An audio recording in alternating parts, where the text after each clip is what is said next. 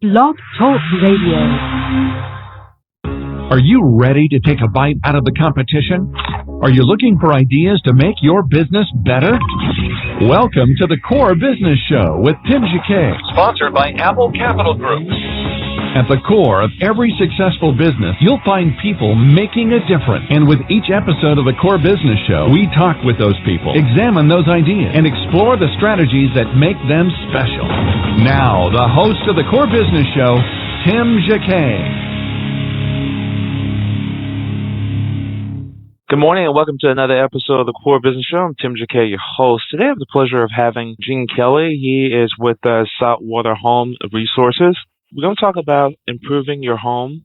So it's a home improvement show today. If you want to chime in the conversation and ask questions, please call 347-324-3460. You can post a question in the chat room or email info@thecorebusinessshow.com. Gene, welcome to the show. Hey, Tim, thanks for having us. Great. I guess to begin with, you start your own company, Saltwater Home Resources. Kind of tell us about yourself and how did you start your company? Well, Tim, I've been a contractor for over 25 years, located primarily in Florida. Licensed state-certified building contractor, state-certified roofing contractor. And, we decided to become a consumer advocate several years ago based upon, certain hurricanes, things that have hit our state. A lot of problems that caused folks and trying to get a good, worthy contractor. We decided to kind of spearhead and go in that direction to give folks some insight on how to pick a good contractor. But, as far as us, we started the company over 25 years ago to do building and construction, roofing, and all aspects of home remodeling. Was it really difficult in stepping up and being a contractor? What's usually involved is getting licenses and having a certain amount of experience? Well, it depends. Different municipalities, different states, counties require different things. Certain states, like coastal communities where the codes are more stringent, licensing is harder to get. In Florida, for instance, it is much more difficult to get a license. It's about a year-long process and tens of thousands of dollars in books and schooling and that type of thing. And you have to take several tests to certify your competency so you can achieve the license. But it's all worth it at the end. I mean, it does produce a better contractor. But you still have, folks that obtain a license, rent a license, whatever, and there's some unscrupulous guys out there that do those type of things. So we try to educate folks on that end of the business so they don't hire somebody that may become a problem or give them a bad project. So when they become to the license, they need to be licensed by the county and the state, or just by the state? Usually it depends on where you're at. Several states have licensing by county. Several states have a state license. So it just really depends on your state. If somebody were thinking about becoming one, they need to contact their state licensing board and find out the requirements. And also they can check with their county and find out their county requirements as well. Even though you have a licensed contractor, when it comes to getting permits, some places you have to get a permit, some you kind of can get by without having a permit.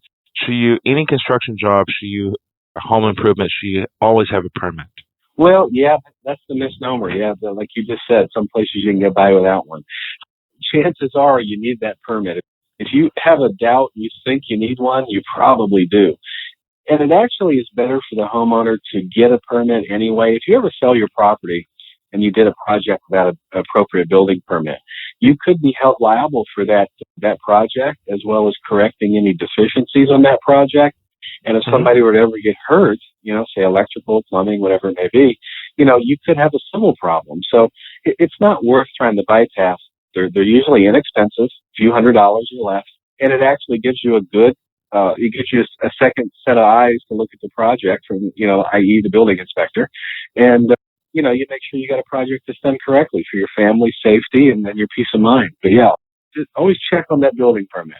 Just give a call down to your local county and they should be able to tell you whether you need one or not. Now, when it comes to permits, be a little bit more specific. Do you need a permit, like, for example, to get a roof done? Or do you need a permit to have your house painted? Kind of paint us a picture of what you really need to have a permit for. Okay. And I always say, again, checking is the best form of prevention. Make sure you need one, call your county. But roofing, I have seen some states that don't require a building permit for a roof, and I have seen states that require a building permit for a small roof repair. So, yes, by and large, you do need a permit for roofing almost always. But check with your state, check with your municipality to make sure that you can do it legally without one. Painting, great question. A lot of folks don't think about this, but some of us live in an HOA or a homeowners association type community. You actually may not need a building permit for the paint, but you might need permission from the HOA on the colors, the choices that you might pick for your home. Otherwise, you could have a problem with your HOA. And believe it or not, they can lien a property, they can fine you, they can do all kinds of nasty things. So again, check it. If you live in a deed restricted community, make sure you check with your association before you paint or do any drastic changes to the outside of your home, and check with the county. Make sure you might need a building permit and see what they have to say.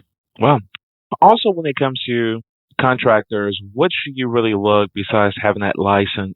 Can't really verify building experience with today's how people do business because of some businesses are virtual and some people are not going to go out and just look for their building location, and sometimes they may operate in the back of their yard. What things they really need to look for outside that light when it comes to experience? Well, that's another great question, Tim. There are a lot of two guys in a truck outfits out there that may work with a cell phone, don't have an actual physical office. Doesn't mean they're a bad company, because some companies do that. But the internet is a great base to check a contractor, and if they do have a license, the biggest thing is to call that county licensing board, check, make sure it's valid, make sure they don't have any major complaints. And chances are, if they've done something bad, they probably have a track record of that. So you can check those type of things. The other big thing too is like with the licensing is the insurance. You want to make sure they have the proper insurances to do the type of work that you're asking them to do. Okay. Oh, insurance.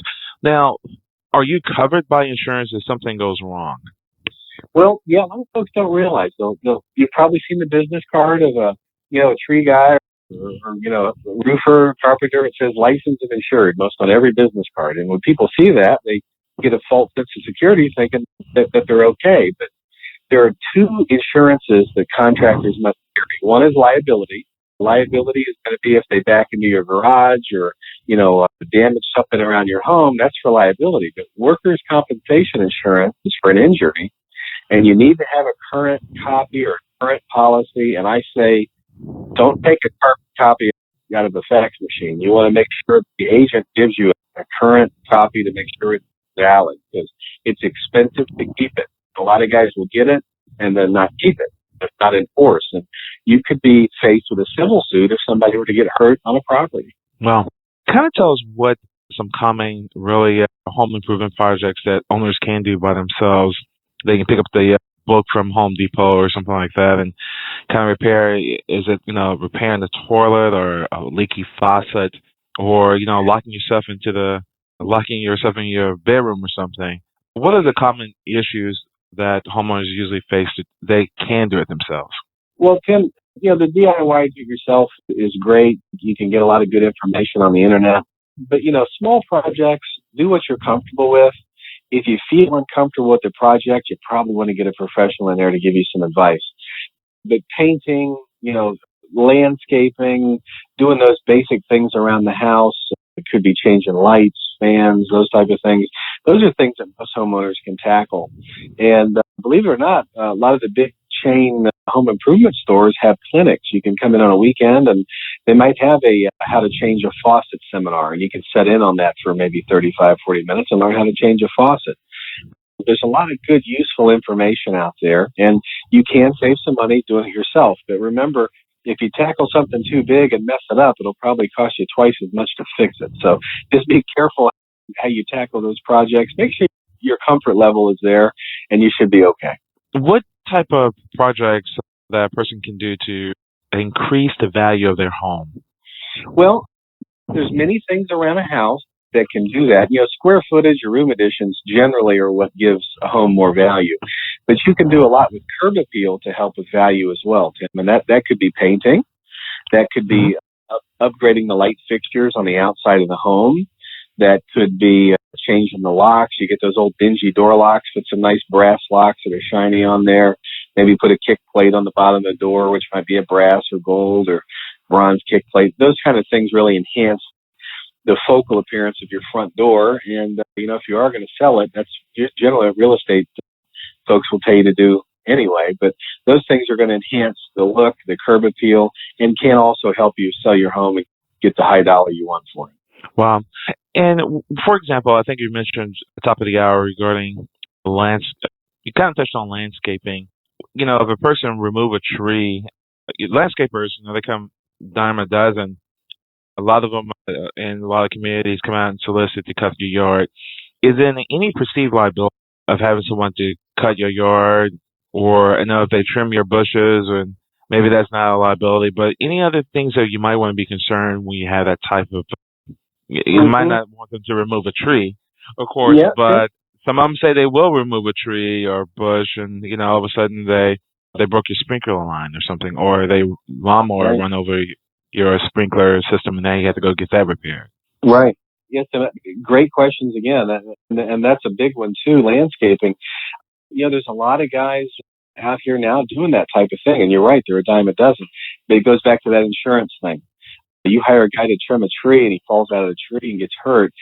You're civilly liable for that person. So always make sure they have the liability and the workers' comp. And I can't stress it enough. If you don't take anything away from this show, folks, make sure you take this away. Make sure they have valid workers' compensation insurance. And if they won't give it to you, or they can't get you a valid copy, don't use that contractor, because that is something that can really harm you, and you can be wrapped up in a lawsuit for many years and tens of thousands of dollars. So it's not worth it. Usually your bigger companies that advertise in the area generally have the insurances and those type of things. But yeah, the day I used to do it, the day of pushing the lawnmower down the street and cutting the neighbor's grass for, $10, those were great things for young kids to do. Unfortunately, if they get hurt on your property, you're liable. So this day and age of attorneys and all that, you want to make sure you're covered and you have all the insurances so you're protected and your family. Great. Last two questions. What tools should you have in your tool bag as a do-it-yourselfer? Yeah, we always recommend, have a tool bag or a go bag at your house. If you have a plumbing leak or something in the middle of the night and you can't get a hold of anybody, you need to have some basic tools to be able to maybe head off a big catastrophe until morning or something. But, even just changing a fan or hanging a picture on the wall, you want your basic stuff, your hammer, your adjustable wrench, maybe assortment of pliers and screwdrivers, basic nails, a finish nail, some small nails, maybe some hooks. Those type of things are great to have. The roll of duct tape, you should have that in there. Maybe some electrical tape. Just your basic items are great to have when you need it. It's great to have it. Boy, when you got to search for it, it sure does make the day go long when you got to go up to the store and get just one thing or a screwdriver or something. So great to have it around the house, and you never know, you might be able to get out there and do something, folks, and save yourself a little bit of money. Wow. Last question regarding, I think they have on here regarding paneling. A lot of homes come with panel. Is it something really that a person can take off easily? You have a knotty pine and you have actually the panel. Wall improvements, if you want to take that down, are those really easy options? Or should a person just cover it up and just put sheetrock over it? Well, traditionally you can check your paneling. A lot of times you'll have drywall behind the paneling. Do a small test area, try to look and verify if there's something behind it, or if there isn't. If you want to keep it inexpensive, there's some great primers now. There's actually great paints with primers built into them. You can actually paint over the paneling if you choose to try to keep it that way and save $1 or $2. If you want to get it off, pry it off, get all that stuff off there, clean it, prep the area. You can re-sheetrock it as well. There's many different things you can do. Don't be afraid to tackle the project. But again, if it's too much of a project, get a professional in there and check it out. Wow. Painting brick. Really, should a person really paint brick? And are there things that can harm them in the future or the value of their home when they actually paint brick? Some people. Well, yeah, that's another great question, Tim, because a lot of folks will come up and see a beautiful home and somebody painted over that natural brick. And oh man, it's just a disaster. A lot of times you can't get it off once it's stained. Trying to keep the brick natural is a much better option, especially if you're going to sell it at some point in the future. The painting of the brick, you're kind of married to it once that's done. So I always try to recommend cleaning it. There's different types of chemicals you can use, acids and things that will clean the brick, etch it, and you can reseal it, make it look brand new again if you're tired of it. But painting over would be my last option, unless it was damaged or had a problem and you wanted to paint it, you can. But try to keep it natural if you can. It definitely holds more value if you keep it natural. But you can't go back and take it off. You can. It's just a lot of work. And by the time you spend the money doing it, you can almost re-brick. So, you might want to think about that before you do it. But yeah, if you really want to paint it, by all means, there's great paints out there that'll go over the brick. But I would definitely think about it and make sure that's what you want to do before you do it. Okay. And the very last one regarding the home improvement, when you move into a home or find out something went wrong, not necessarily, you won't discover it until years later. Company could be out of the business. Or you moved into the house and you find out much later, years later, that something wasn't installed incorrectly. You see it on Home and Garden all the time. Some contractor have taken shortcuts. Any recourse there, or you just have to do it yourself? You have to get someone to correct that issue. Well, I have a few colleagues out there with shows that show the bad points of construction all the time. That's what they focus on. But yeah, it does happen. But, fixing the problem is one thing, but also finding out who's responsible is another. And they seem to never go down that road. There are many resources that you can check with your county, building departments, that type of thing, to find out if permits were pulled, who did it. And you'd be surprised that a lot of companies carry bonds. There's bonds that you can attach to and try to recoup some of your money. There's many licensing boards that require contractors to have a bond for a project. And you never know what's out there until you start, shaking that tree. But, even if the contractor's out of business, many states also have construction recovery funds, things of that nature, which you can apply to if you've been damaged by a contractor in some way. If he's still in business, try to make contact with him to see if he'll make it right. That would be something that would be, something to try to do. If he doesn't want to make it right, you got to find out if warranties are transferable. Some manufacturers offer high warranties on products. If the product was installed correctly or malfunctioned, you might be able to get a manufacturer to cover it. So don't be afraid to go after that road and check it and see if you can do your homework, and it may pay off at the end. Wow, that's amazing. Anything else you'd like to leave us with? And of course, how to contact you and your business there in Florida? Yeah, we're saltwaterhomeresources.com. You can also check us out at choosearoofer.com. You can also call here and ask for Gene Kennedy. I'm at 941-479-4951. We'd be happy to help anybody, any state. We can give you advice, steer you in a direction. We have many networks of contractors. Might be able to help you out from here too if we can. Great. Well, Gene, thank you for joining the program. Tim, thank you. As always, it's a pleasure. I'll talk to you soon. Great. Thank you. Take care. You too. Bye. This is another production of the Core Business Show. Thank you all for listening. You can download this episode on iTunes or Blog Talk Radio. Everybody have a great day, and thank you for listening. Thank you for listening to the Core Business Show with Tim Jacquet. For a free quote on equipment leasing and financing, visit our website, applecapitalgroup.com. That's applecapitalgroup.com, and fill out the information to receive your free quote. We hope you'll join us for our next episode. And remember, you can always get to the Core via iTunes. You'll find all our previous episodes there. Thanks again for listening to the Core Business Show with Tim Jacquet.